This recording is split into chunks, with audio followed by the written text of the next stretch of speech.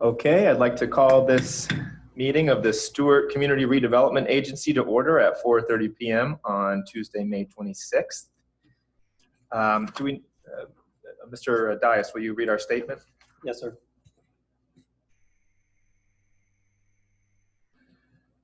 This is the CRA meeting for May 26, 2020. Pursuant to Executive Order number 20-69 issued by the Officer of Governor Ron DeSantis on March 20th, municipalities may conduct meetings of their governing boards without having a quorum of its members present physically or at any specific location, and utilizing communication media technology such as telephonic or video conferencing as provided by Florida Statute 120.54. Procedures for public comment by device. If you wish to speak during public comment, click Participants, then click Raise Hand at the bottom of the window. Your microphone will be unmuted when you are called to speak, and you'll be invited to activate your camera if you wish. Both will be deactivated once your comment time is completed. If you're attending by phone, press *9 to raise your hand. You will be called by your partially displayed phone number, so please listen for that number. The host will lower your hand and mute your line after your speaking time is completed. Please state your name and address prior to your public comment. I ask that the board, when the clerk calls roll, that the board indicate whether they are appearing in person or remotely. Thank you, sir. Thank you, Mr. Dias. Ms. Kindle, will you call the roll, please? Chairperson Meyer. Here in person. Vice Chairperson Clark. Eula Clark here in person. Board Member Bruner. Here, present. Board Member Glass-Layton. Here in person. Board Member Matheson. Here in person. Board Member Ritchie. Board Member Walson. Here remotely. Thank you, Ms. Kindle. Please join me for the Pledge of Allegiance. To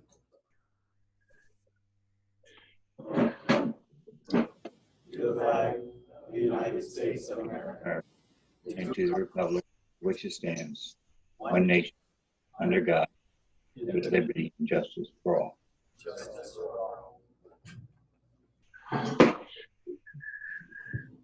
Thank you. I seek a motion for approval of the minutes. Move approval of the minutes as published. Second. I have a motion for approval of the minutes by Vice Chairperson Clark, and a second by Board Member Glass-Layton. Is there any discussion? Seeing none, all in favor? Aye. Aye. Opposed? None. Motion carries unanimously. Minutes are approved. Do we have any comments from the public for this CRA meeting? Any online, sir? Seeing none. Do we have any comments from board members? Vice Chairperson? No, just glad to see Mr. Walson. Here I am. You're looking good there, Mr. Wilson. Yeah, I turned the light on. I look better. Yeah. Nice lighting.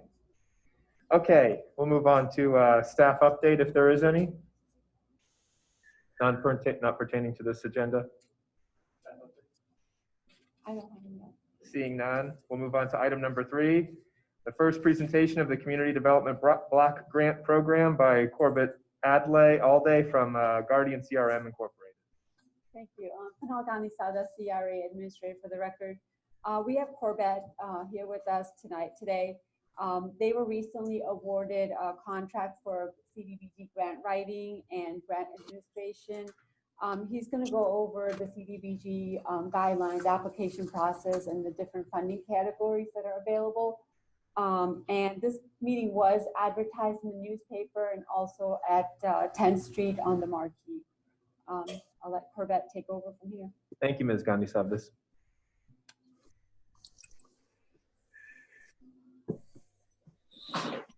Pardon me, Commissioners. We're trying to overcome technology here. Thank you very much. Good evening, Corbett Alday with Guardian Community Resource Management, offices in Dade City, Florida. Thank you for having us this evening. We are here to go over a CDBG, a Community Development Block Grant public hearing.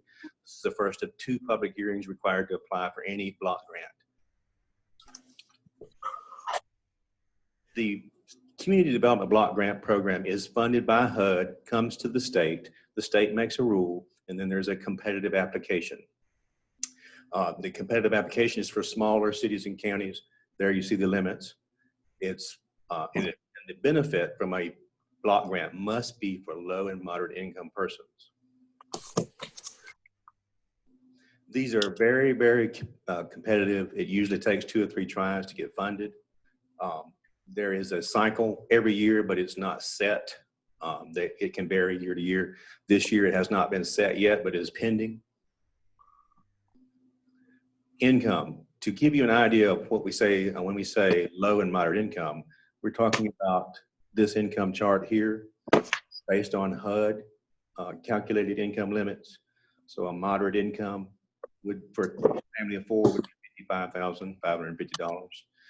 And that applicant would be eligible to benefit from it. And we'll talk about the different options of different kinds of grants here. There is a regular category of grant of which there are 3 choices. So there's a regular category, 3 choices, and then there's economic development. You can have both of those at one time. You can have a regular category grant of the 3 options, and you can have an economic development grant at the same time. Of the regular category grant, there are 3 options for us to consider. One is a neighborhood.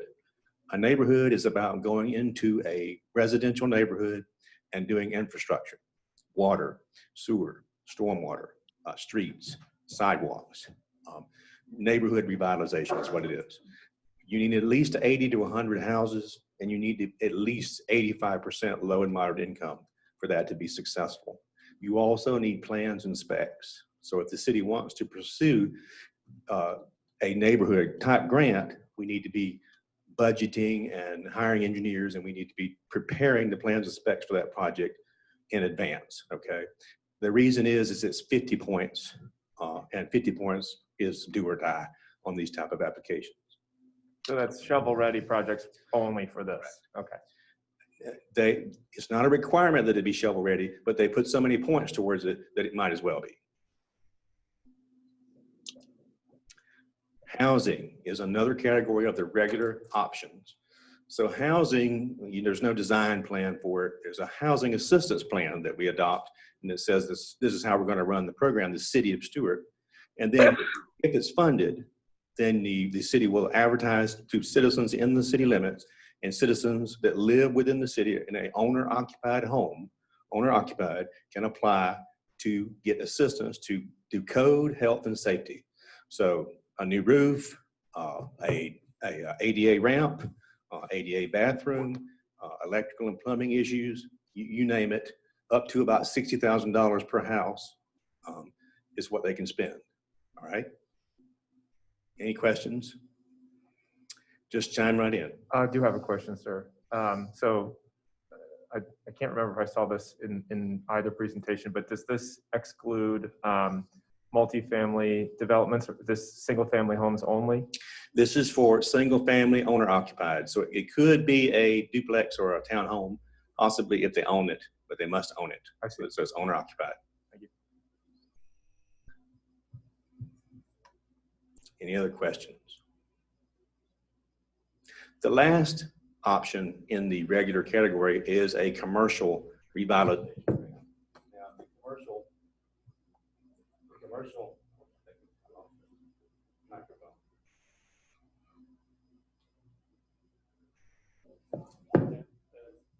Here you go. You just hold that if you want. All right.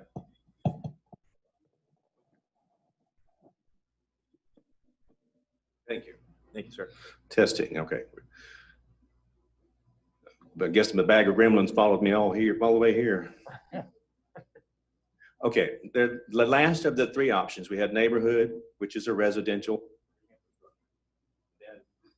I beg your pardon. We're going to need to get Mr. Alday the backup microphone. Thank you, sir. I apologize for the inconvenience. I'm just trying to. Okay, all right.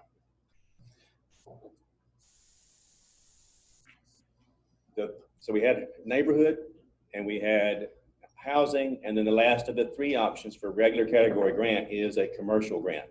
A commercial grant is designed for a CRA. It is about downtown lighting, walkways, public parking. It is about those kinds of, even moving utilities underground. It's that kind of a grant. And that's what it's about. And it benefits the whole city. Oh, sorry, new batteries. Thank you. So those are the three options for the regular category grant. You can have one of them at a time. Now there is another category of grant that you can have at the same time, and that's economic development. Whereas neighborhood is about the houses in the neighborhood and whether or not they're low income. Commercial is about the downtown area and the CRA and whether or not the CRA is LMI eligible. And the housing grant is about the person living in the house, if that person's eligible. This is about a job. So economic development is about new jobs. The beneficiaries are whoever gets the new jobs. In this case, it's $35,000 of grant per job is what you can apply for. So there must be a business partner. The business partner must have a public infrastructure need, water, sewer, highway, DOT turn lanes, traffic lights, any of those kinds of infrastructure needs that a job creator would need is what this kind of grant is for. And just to give you an example, with the regular category grant, the maximum grant is $750,000. So any of those three, we can get $750,000. With economic development, it's up to 1.5 million. And if you were going to do a $1.5 million grant, it would be 42 jobs that we would need a business to partner with the city and agree to create those jobs. Okay. Any questions? So the process of applying for a block grant is fairly simple. If you have a CATF, you can do that first for 10 points. A Citizens Advisory Task Force, though, has to be made up of low and moderate income persons.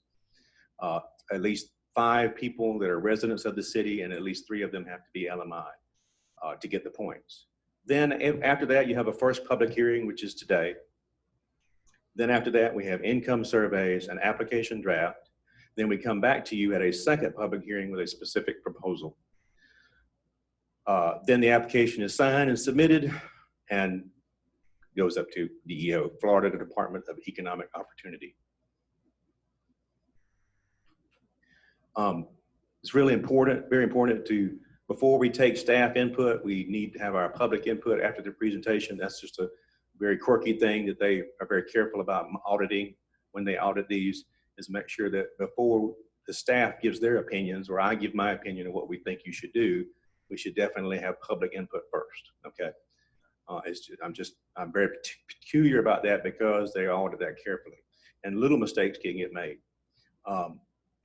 Then we can bring it back for staff comments and we can give you our ideas and thoughts and council commission questions, please. And then after that, I have a brief presentation for fair housing for points. Vice Mayor, you have a question for Mr. Alday? For him and for staff in general. Based on the most recent Bieber numbers, I know we're gonna get census numbers the next couple of years, but what is our percentage generally for the city of Stewart for low and moderate income persons? What does that statistic look like? Based on the last census, it's 45, right at 45% for the citywide. The last census. Okay. But do you have I know part of this process is that we'll actually be getting more recent data on that, but as far as the CRA is concerned, is there a higher percentage within the CRA? I do not know. Okay. No, I don't have that information. We would have to do evaluation. I don't know if we're going to be doing it just for the CRA or the citywide program, so I guess that's something we would need. What you would do is, if you don't know, because it's been 10 years, you could do an income survey, a door-to-door survey yourselves. Right. Sort of a supplement to the census, and basically you could, through that income survey, you can test and see if, well, is it really more than 51%? Because low and moderate income tend to be underreported anyway in the census. I have a follow-up question, Mr. Yes, Vice Mayor. For staff, do we have running history of our CDBG allocations over the past 20 years or so? So that we could have a little booklet that tells us what we've done with our CDBG monies in the past? I can speak up. I know that there was about $8 million in CDBG grant funds spent on utilities in the East Stewart area. And I think there was another CDBG grant done north of the bridge, but I think that may have been the last one, but I can look into that. I know that. Yeah, I'd like to have a little history of that done. At least for the past 25 years. And especially if there's anything in the CRA, if we could just have a breakdown. Thank you. Okay, thanks. Thank you, Vice Mayor. So sir, you said most of the time it's typical to apply for these a couple times before you're successful. That's correct? Yes. And do you foresee in the future, not having you pick City of Stewart in particular, but with the pandemic and the potential recession, that these grants will still be offered? Yes. Yes. Right now, this current year we're applying in is already funded. Okay. So do they fund them further out in the future or year by year? It's year by year. Okay. It's federal appropriation. And just finally, so according to the last census data, you said we have about 41% LMI in the city of Stewart? I checked it before one of my meetings and all, it's about 45%. 45? That's just raw census data. And so that's why you say usually a local Partner. income documentation Right. would get us up to that 51. Yes, you Okay. could get yourself up to that 51% by doing your own household survey. Okay, thank you. Mr. Mayor, and how will the survey be conducted? That's kind of up to you. There are some very broad rules where we have to number all the houses in the city. Then we have to do a random sample through a random sample, a bona fide random sample software program online. Working on Of those houses. I would like to get a very name. The income survey of those that we get that come out of the result. We don't have to survey every house in the city. We have to do a bona fide random sample. So if there's 2,000 houses, we might have to do 300, 350. Okay. Okay, we'll move on to the fair housing. Did we, I apologize, did we open it up for public input officially? We usually do before a motion is made or before a vote is taken. Right. Okay. Thank you, sir. Thank you. Real briefly, we have a fair housing presentation for points. We get 10 points for having this during a public meeting. Fair housing is the law, very simply put. Fair housing is like equal employment opportunity. It's the law. It's illegal to discriminate against someone based on those protected classes like you would have for equal employment opportunity. Under the Fair Housing Act, under the Florida Chapter 760 of Florida statutes, and under a Fair Housing Ordinance, which you will adopt as part of this process. It'll be one of your many CDBG policies. It is illegal to discriminate based on race, color, religion, sex, national origin, handicap, or familial status when renting, selling, or financing a home or property. So it's renting a property, or it's buying a property, or seeking a mortgage. Some of the things are not covered. Marital status can be considered. Sexual orientation is not protected. Source of income is not protected. Anyone who is considering you for a mortgage or for a tenant can consider those items. Criminal history, of course, and some of the other items. What does it exclude? Fair housing excludes owner-occupied building up to 4 units. So if you own a duplex or a triplex and you live in one of them, you're exempt. Okay. Also, your 55 and older communities, anything that's operated as a club or organization. Some examples of discrimination, which are illegal or refuse to rent or sell a home to a person who falls into one of those categories. Tell you housing is unavailable when it is. Steering you to a certain area instead of showing you all of the available houses. Denying somebody who has children under 18. Discriminating based on a handicap or disability or perceived disability. Asking you too many questions about your medical status. Okay, can be discrimination. Asking for too many requirements, requiring you to make adjustments yourself to, for disability can be discrimination. Refuse minimal, modest accommodations, like a grab bar in a bathroom for a disabled person. These are all kinds of examples of possible discrimination. If you think you have been discriminated against, or if someone you know thinks that they have been discriminated against, there are several ways to get relief. You contact HUD, or you contact the state of Florida at one of these links and phone numbers. Any questions? Thank you for giving us 10 points. Thank you very much. Thank you. And I'm here for the public if there are any questions. Thank you, sir. Seeing none, we'll move on to item number 4, a budget appropriation for a matching contribution for the Community Development Block Grant Program application. Ms. Ganisabdes? So this item is related to CDBG also to receive the maximum points on the application. Staff is requesting to do a budget amendment to CRA fiscal year 2020 to allocate $50,000 towards the CDBG grant application. So staff is requesting approval of resolution number 03-2020, a budget allocation in the amount of $50,000 for a matching contribution for the CDBG program application. And Ms. Ganisabdes, just to confirm for the board here, this is coming from fund balance, correct? Correct. This is not earmarked already towards the project. Thank you. Do I have any comment? Do I have a motion? Move approval of resolution number 03-2020. No second. Yes, we will take before we vote. I have a motion by Vice Mayor Clark and a second by Board Member Walson to approve. We have public comment. If there's anybody attending by Zoom who would like to do public comment, please raise your hand now. Helen McBride, Flamingo Avenue in the city of Stewart.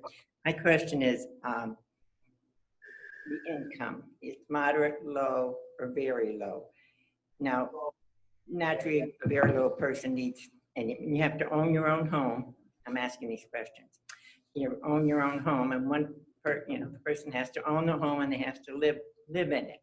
Now, how do you judge? Do you take like 10 people from low, maybe 5 from moderate, and one from moderate, and 5? You know what? How do you, like, or say I apply, and whatever bracket I'm in, and someone else of the street applies, how do you judge who gets the grant? Thank you very much. Thank you, Ms. McBride. That's a good question, and I'll ask Mr. Alday if you can clarify. Yes, you have a housing assistance policy that will govern how the program works. But to give you an example, there will be a evaluation and a ranking based on elderly, disabled, very low income, and there will be a priority given to applicants. Once their application period is open and then it's closed, there'll be a certain number of applicants to be evaluated, and there'll be a reservation of spots for 2 very low income and 2 low income, because we have to do a minimum number.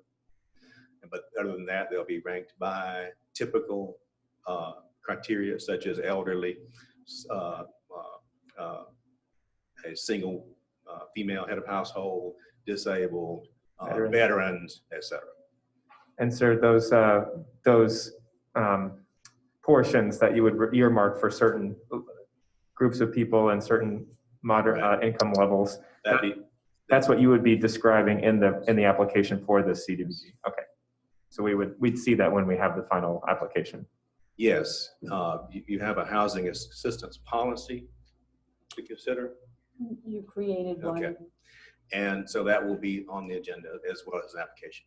Thank you, sir. So it sounds like we still have yet to finalize that policy. Any other public comment on this item before we take a vote? Seeing none? None online? Ms. Kendall, will you call the roll, please? Board Member Matheson? Yes. Board Member Glass-Leighton? Yes. Board Member Bruner? Yes. Vice Chair Clark? Yes. Board Member Wilson? Yes. President Meyer? Yes. Motion carries unanimously. Thank you, Mr. Alday. Thank you, Ms. Gandhi-Savas. Moving on to item number 5, the First Amendment to the new Avonlea Real Estate Development Accelerator, or REDA agreement. Ms. Gandhi-Savas. Thank you. So this is our first amendment to the Avonlea REDA agreement. Waiting for the presentation to come up. Next, please. So the REDA program was adopted by Resolution 06-2018 in July 2018. The program was created to motivate developers to expedite the timing of their development, which would have economic development benefits to CRA, and it would allow us to generate TIF revenue faster and reinvest back into the community. The program is consistent with the goals and objectives that is in our CRA plan. The REDA agreement for the new Avonlea project was approved by resolution in August 2018. The project consists of multiple parcels with CPUD and RPUD zoning on the master plan. The PUD has off-site improvements plan to provide consistency of improvements throughout the project area. Next, please. In order to I just want to give a brief background about the program. In order to qualify for the REDA program, the applicant had to meet one or more of these objectives. The applicant did meet 3 of the objectives, eligibility requirements. So they were qualified to receive 50% of the TIF revenue generated from the project itself for 5 years. Next, please. So here's a chart. So if they would have met 1 criteria, they would have received up to 20%, 2 criteria up to 30%, minimum of 3 criteria up to 50%. So after we evaluated the project, the board approved REDA agreement to share 50% of the TIF revenue that would generate from the project itself to help offset the offsite improvements to benefit the public. Next, please. So pursuant to the original REDA agreement, offsite improvements were to be completed in 2 phases. The first phase, as shown in green, was to be completed by January 2020, and the CRA would share 50% of the TIF revenue that would generate from the development of the adjacent parcels to the green area. We would share 50% up to 5 years. And then the phase 2, as you see on the screen, is shown in blue.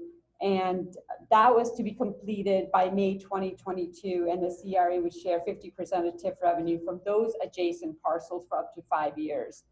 As you can see, the agreement for phase 1 has expired. So essentially a new agreement is required and a new timeline for offsite improvements. Next, please. So we've color-coded the offsite improvement plans to clearly assign tax parcel financially responsible to complete the associated offsite improvements. The term of the agreement will remain the same, which is 50% of the TIF revenue and not to exceed 5-year period. The applicant has also requested to modify the improvement plan. So I have Steve Mayer, the planner, who reviewed the offsite improvement plan to go over some of the changes that the applicant is making. Yep, Steve Mayer for the record. An item that you'll see later tonight will be a related item to this is the planned unit development amendment to the new Avonlea PUD, and its focus is to replace the offsite improvement plan with one that does away with the phases and delineates the offsite improvements with certain parcels. And that's the primary reason for the map. I will note that direct your attention to the removal of sidewalk on the south side of Baker Road. That is a difference between some of the improvements that you saw in the original offsite improvement plan and one now. And this was done to reflect a change in the specifics of the offsite infrastructure that was being provided. When they looked at the grading change between where the sidewalk would be and the wetlands, it was not desirable to put a sidewalk in that location. So that was removed. There are some small additions to the site, as well as a few things that you'll note are different. One of the additions are 2 crosswalks on Green River Parkway on the north and the south side of Avonlea. One by the circle, on the south side of the circle on Baker, right there in Green River, and the other one being down by Dixie. Right. And there's also the inclusion of, do we have the right Next, yeah.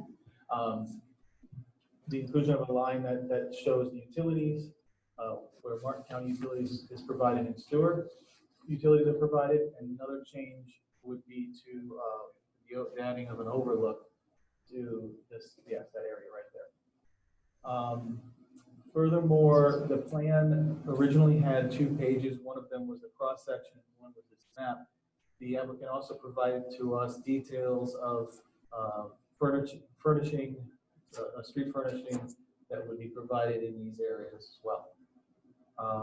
And that's on pages 3 and 4 of the entire plan.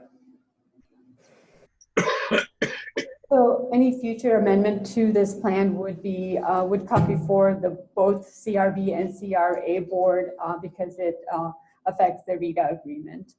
To give you a better understanding of how the TIF revenue sharing will work, we do have some projects that were recently approved in Avonlea. So I have Nick, who prepared a projection of TIF revenue sharing for parcel 2 and 12.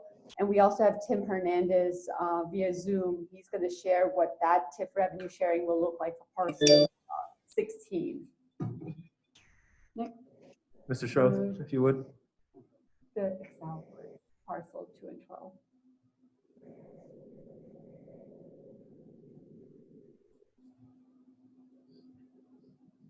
So to give a little background and kind of an update, parcels 2 and 12 are in for permitting right now.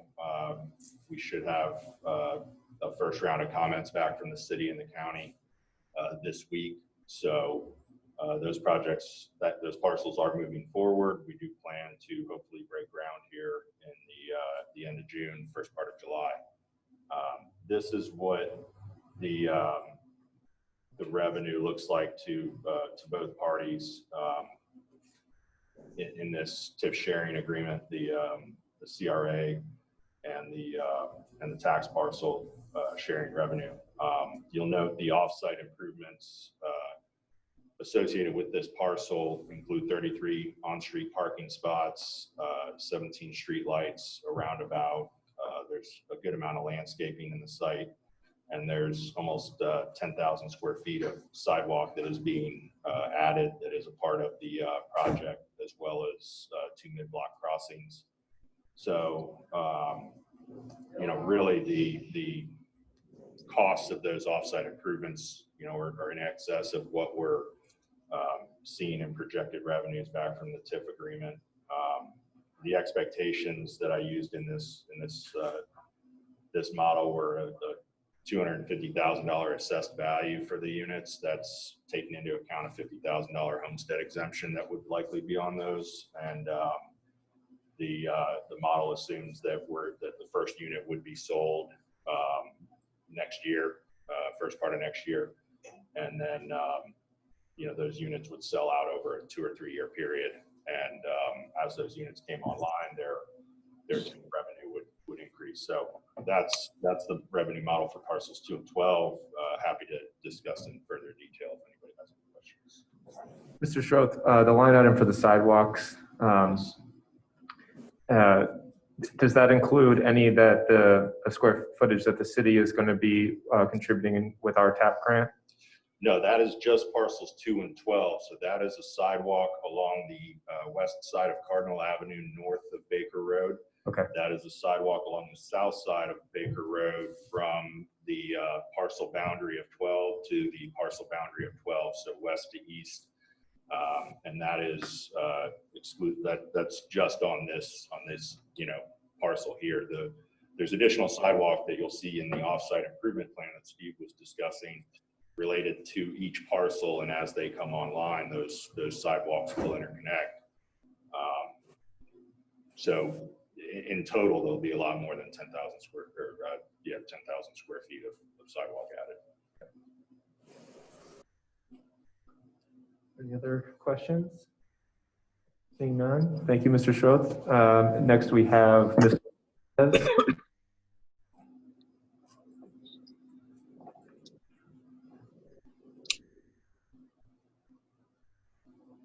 Okay. Good afternoon. You want to put there we go. Okay. So for Avonlea Parcel 16, which is the site at the, as you know, at the southwest corner of Baker Road and Green River Parkway, we have 69 units on that site, 22 single family and 47 townhomes. We put in an average of $200,000 value per unit on ours, just because we have more townhomes than single family. So just factoring in the homestead exemption, that's, I think, a reasonable but probably conservative analysis of the value of the units. And so the offsite improvements that we're making, we're adding some off-street parking on, actually we called it off-site, but on-street parking on Baker Road. We have to actually do a lift station that will serve the site. We have to do off-site sewer and water extensions to run the city of Stewart, instead of the Martin County utilities to our site. We have to relocate drainage across our site. There was like a drainage ditch essentially across our site right now that drains the rest of Avonlea towards the Haney Creek Preserve. We have to relocate that along the south edge of our site. Then we are adding some sidewalks along Baker and Green River Parkway. We're adding a crosswalk across Green River Parkway just south of Baker Road. And we're doing some really signature landscape treatment along Green River Parkway and Baker Road as well. So, based on our estimates, there's $542,000 of TIF revenue that will be coming. That's the cost of the offsite improvements, and there's about $400,000 coming back to us over the 5 years between essentially year 4 and year 8 of our project, which is when we get the TIF rebate, the RETA, which is obviously we have to upfront everything and then we get repaid at a later date. So Total TIF revenues during the 10-year period to the CRA is over $900,000 and $400,000. So we're estimating over $1.3 million TIF revenue coming back to the city over the next 10 years, which is great. So anyway, that's my summary of parcel 16. Thank you, Mr. Hernandez. Are there any questions for Mr. Hernandez? Seeing none. Thank you. Staff is requesting approval of resolution number 04-2020 amendment to the REDA agreement. Move approval. Second. I have a motion for approval by Board Member Glass Layton and a second by Vice Chairperson Clark. Is there any further discussion on the board? Can I just make a statement? Yes. However this vote goes, I just like to say that public-private partnerships or just interest with people doing things that I believe that Mr. Hernandez and his company, New Urban Communities, with the other project that they did at the Triangle and this project now I'm working with Mr. Schroth and Mr. Walker, that it's just refreshing to see that there are people who are really working on ideas and trying to make something work. Thank you, Vice Mayor. Here, here. Mr. Mayor, Yes. I'll just mention I will be abstaining from the vote and will be submitting Form 8B to the city clerk, memorandum of voting conflict. Thank you, Board Member. Duly noted. Is there any public comment on this item before we take a vote? None in the room. Mr. Dice, is there any online? Seeing none. Okay, Ms. Kendall, will you call the roll, please? Board Member Wilson. Yes. Board Member Glass Layton. Yes. Board Member Bruner. Yes. Board Member Matheson. I abstain. Vice Chairperson Clark. Yes. Chairperson Meyer. Yes. Motion carries unanimously with Board Member Matheson abstaining. Okay, is there any further discussion before we adjourn? Seeing none, this meeting is adjourned at 5:10 p.m. Thank you. That was efficient. For those of you on Zoom, we'll be ending this meeting and you'll have to log in with the new login for the next meeting.